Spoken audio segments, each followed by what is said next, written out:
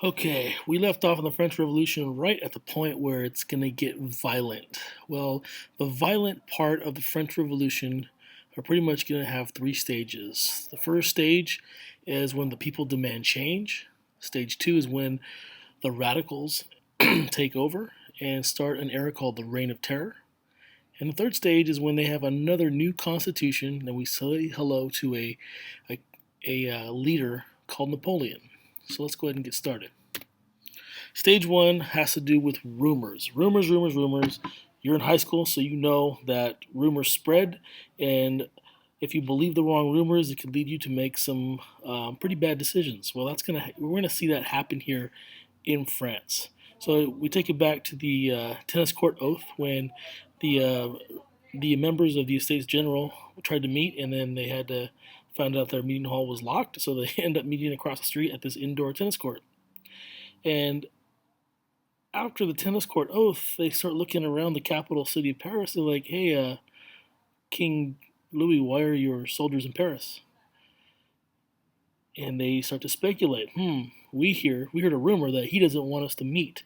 That's why he locked the door, and now he's going to have the soldiers out there to kind of try to stop us from meeting. So Louis' response pretty much is like, "Well, tennis court oath. I guess I accept your right to meet, but let's be honest here. He doesn't really want them to meet." That's pretty much what he's thinking. So the rumors start spreading. No, no, he's lying. He's lying. So they just jump to the conclusion that hey, he doesn't want us to meet. We have to do something about this. So one of Louis's great symbols of his power was the Bastille prison in Paris, which was used to imprison people who spoke out against the government. So they said, let's make the people in France were like, you know what? Let's send a message to King Louis that he's not going to be able to just treat us like this anymore. So they, in a famous part of French history, is known as the storming of the Bastille, where they attacked the prison, they killed some of the guards, and they freed the prisoners in the prison and took them out to send a message to the king. Hey, you are not going to silence us anymore. If we want to speak out against you, we will. We want a voice in government, and you don't like it? Too bad. You need to listen to us. So King Louis is going to be a little bit scared now. So this is going to lead to a more rumors, and these rumors are going to be known as the Great Fear across the French countryside, all over the country. Peasants and many people of the Third Estate are starting to think, hey, we heard the government's trying to take our land and our crops. So they take it out a lot of the rich landowners and they start attacking these landowners. And they're so afraid that they might get their stuff taken away, they start attacking people who they suspect may be, working for King Louis. So the great fear, people all over the country are just so afraid of what King Louis might or might not do, they start taking matters in their own hands and getting pretty violent. This leads to the formation of what we know here as the National Assembly. Think of their version of Congress. And what's going to happen, they're going to create a document called the Declaration of the Rights of Man and the Citizen, very much similar to our Bill of Rights here in America. And the National Assembly writes this document, and it's completely inspired by the Enlightenment thinkers' idea that the people have a voice in government. They get to choose their leaders and have a voice in how the government operates. And this leads to the writing of the Constitution of 1791.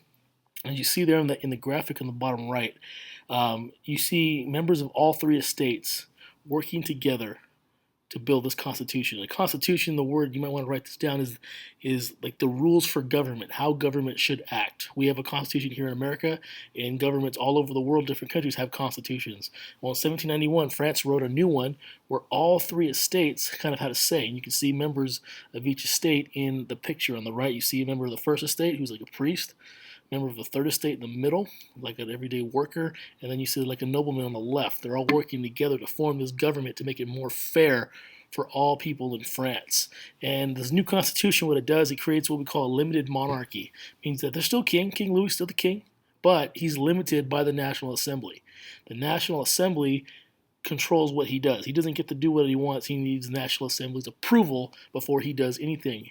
And a big shift is that the church now is under assembly control. The church, which was the first estate, got to do whatever they wanted, didn't have to pay any taxes. They had a very special place in society. Now, even the church itself, church officials are now subject to the control of the National Assembly.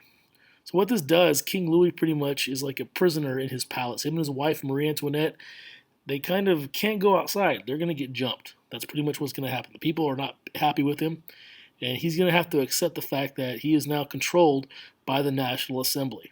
He's still the king, but he can't really leave. So his wife is from Austria, and she's like, hey, my family in Austria, they're the royal family in Austria. Maybe they can send some soldiers to help us. So word gets out to other countries, Austria, Prussia, England, and other surrounding countries are like, hey, we see what's happening in France. The kings in those countries were scared. We don't want the people rising up against us and taking our power away. So maybe we should send some of our soldiers to France and attack the revolutionaries in France and stop them from spreading their ideas. Because we don't want to happen to us what's happening to Louis and his wife Marie Antoinette. So what's going to happen is that Louis and Marie Antoinette try to escape. They even get caught with these horrible disguises, and boom, have to go back to their palace. Very embarrassed. They almost get kidnapped and killed, but they do survive. And the people are like, hey, you guys are trying to help other countries attack us. You guys are traitors to France. How dare you guys? We actually going to let you keep your job as king and queen as long as you listen to the National Assembly. And now you're going to have other countries, you're going to help them attack us? That's treason. You are now a traitor to your own country. This is going to spell the end of Louis and Marie Antoinette. So stage 2, the radicals take over. The people have started to take matters in their own hands. Now they're going to take it to a whole new level. So a new Congress takes over. The National Convention will replace the National Assembly. Again, this is National Convention, like National Assembly, represents the people, but it's way more hardcore. And some of the changes they make is, number one, suffrage. Suffrage is a funny word, as you see there in the image, for all male citizens, not just rich landowners, for all male citizens now have the right to vote. That's a huge change. Number two, they get rid of the monarchy. No more king. There will be no more king. The National Convention is in charge of France. There's no king to report to, no king to advise. They make the decisions for the country. So as a result, as you see in the picture, because he was accused of being a traitor, of helping not only mistreating the people, but then encouraging other countries to help attack them and try to put him back in power to let him do what he wants, he meets his destiny, which is the guillotine, loses his head. A few months later, King Louis's wife, Marie Antoinette, suffers the same fate. Now, the National Convention is going to appoint a man named Robespierre, as we see over there on the right, kind of like a minister of like national safety to kind of help keep the people in line and make rules for people to follow throughout the country. So he kind of becomes sort of like, not like the king. He's not the king of France, but he's got a lot of power. The National Convention trusts him to help, kind of be like the one who enforces the laws. Well, he enforces the laws using the machine you see right there called the guillotine. Anyone he suspects of being loyal to the monarchy or opposing these new rules by the revolution, they lost their head like King Louis using that machine right there, the guillotine. His whole time in power is known as the Reign of Terror. The funny thing is, he becomes so powerful and so feared that the National Convention is afraid of him. So they say, hey, you're getting so powerful, you're starting to act like King Louis. Robespierre, you're an enemy of the state now. So he ends up getting his head cut off because they're afraid that he's going to turn in to King Louis, which you can probably see that a lot of the power went to his head. And it's funny how he was responsible for killing so many people with the guillotine. Now that same machine ends his life as well. So stage 3. It's gotten kind of violent. It's gotten out of hand. But now there's a new kind of Congress called the Directory. And pretty much it's not that much different from the National Convention. So after the whole fiasco with Robespierre kind of letting all the power go to his head and cutting everyone's head off, so they kind of reorganize themselves. So we've gone from the States General to the National Assembly to the National Convention. Now they reorganize themselves, called the Directory. And pretty much you're not going to see much difference from the way they rule France. We have no king. but the people are still in charge. That's the big change, that the people are in charge. They're not doing a very good job, but they are now in charge. That's a huge change, and probably one of the most important things that we can learn from the French Revolution is that the people were going to make a decision. It's going to take them a long time for them to get it right, but it's a huge change. Now, pretty much just like King Louis did it, Robespierre did it, anybody who protested or opposed the government was getting slapped around like Batman's doing Robin over there. And the people are now, because the Enlightenment has changed the way they think, they don't.